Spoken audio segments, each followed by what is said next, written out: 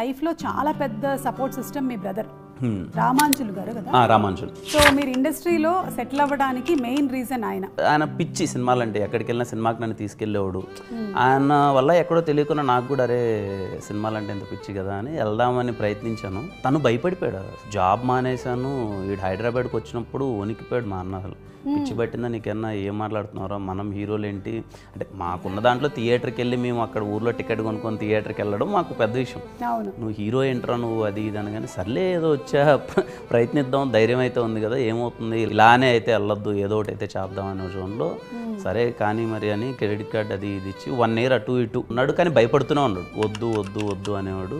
రాజావారి రాణి గారు అయిన తర్వాత is very happy. I think మీరు ఒక ట్వీట్ కూడా పెట్టినట్టున్నారు కదా. చనిపోయినప్పుడు ఇంటికి వెళ్ళా, ఇద్దరు చిన్న పిల్లలు, ఆడపిల్లలు ఇద్దరు, సాన్వి దిగ్వి. ఒకరికేమో 7 years, ఒకరికేమో 3 years. ఆయన బాడీ ఉన్నప్పుడు వాళ్ళని ఆయన చూపించొద్దు అని చెప్పి నేను పక్కకి తీసుకెళ్ళిపోయా రూమ్లో. నాకు ఏం చేయాలో తెలియక కొంచెం ఎమోషనల్ ఏదో పెట్టినట్టున్నా. What do you miss most about him? అంటే నా సక్సెస్ ఆయనే ఎంజాయ్ చేసేవాడేమో ఉండింటే అని అంతే. ఇప్పుడు ఇంకెంత సంపాదించినా ఏం చేసినా ఆయన ఉండింటే బాగుండు కదా. అవును.